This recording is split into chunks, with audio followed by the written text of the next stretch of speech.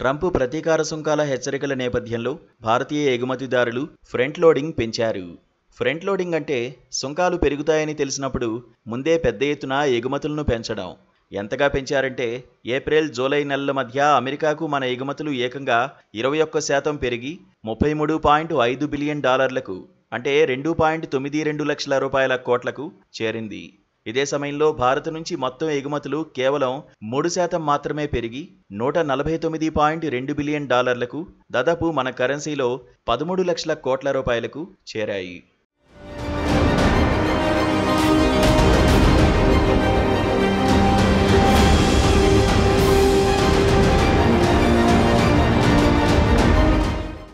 మన దేశం నుంచి పెరిగిన మొత్తం ఎగుమతులతో పోలిస్తే అమెరికాకు 7 రెట్లు ఎక్కువ పెరిగాయని గణాంకాలు ఉటంకిస్తూ టైమ్స్ ఆఫ్ ఇండియా వార్తా సంస్థ ఒక కథనాన్ని ప్రచురించింది. కథనం ప్రకారం ఎగుమతులను భారీగా పెంచేయడం వల్ల కొనుగోలుదారులకు కొంతమేర రాయితీ ఇచ్చే అవకాశం పెరుగుతుంది. తద్వారా ఆగస్టు 27 నుంచి సుంకాలు 50%కి చేరినా ఇప్పుడు ఇచ్చే రాయితీని కలుపుకుంటే అప్పుడు కొనుగోలుదారులు అమెరికన్ వినియోగదారులకు కొంత తక్కువ ధరకే ఆ ఉత్పత్తులను విక్రయించే అవకాశం కలుగుతుంది. అందుకే మన ఎగుమతిదారులు ఎక్స్పోర్ట్స్ను భారీగా పెంచారు. తమ వ్యాపారాన్ని కోల్పోకుండా ఉండేందుకు పాత కొనుగోలుదారులకు అదనపు రాయితీలు కూడా ఇవ్వజూపుతున్నారు. ప్రస్తుతానికి పెంచిన 25% సుంకాల దెబ్బ పూర్తి స్థాయిలో తమపై పడకుండా ఎగుమతిదారులు తీసుకుంటున్న ఈ చర్యలు తాత్కాలికమేనని, సుంకాల భారం 50%కి పెరిగితే వారి వ్యాపారంపై తీవ్ర ప్రభావం పడుతుందని పరిశ్రమల నిపుణులు చెబుతున్నారు.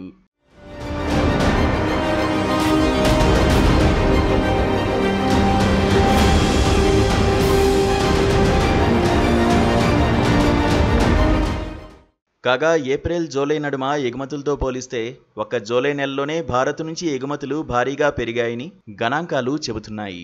ఉదాహరణకు జెమ్స్ అండ్ జ్యువెలరీ రంగంలో ఎగుమతులు జూలైలో 28% మేర పెరిగాయి.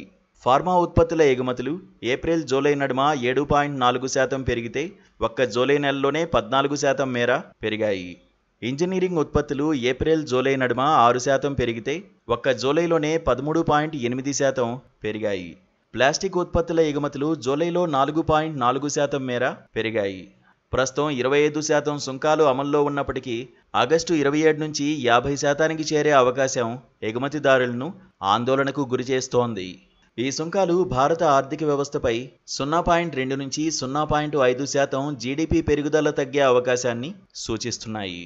అయినా ఎగుమతిదారులు మరిన్ని మార్కెట్లను అన్వేషించడం, రాయితీల ద్వారా పోటీ సామర్థ్యాన్ని నిలబెట్టుకోవడం ద్వారా ఈ ప్రభావాన్ని తగ్గించే ప్రయత్నంలో ఉన్నారు. అయితే భవిష్యత్తులో అమెరికాపై ఆధారపడకుండా ఆసియా, యూరోప్ మార్కెట్లపై దృష్టి సారించే అవకాశాలు కూడా చర్చనీయాంశంగా మారాయి.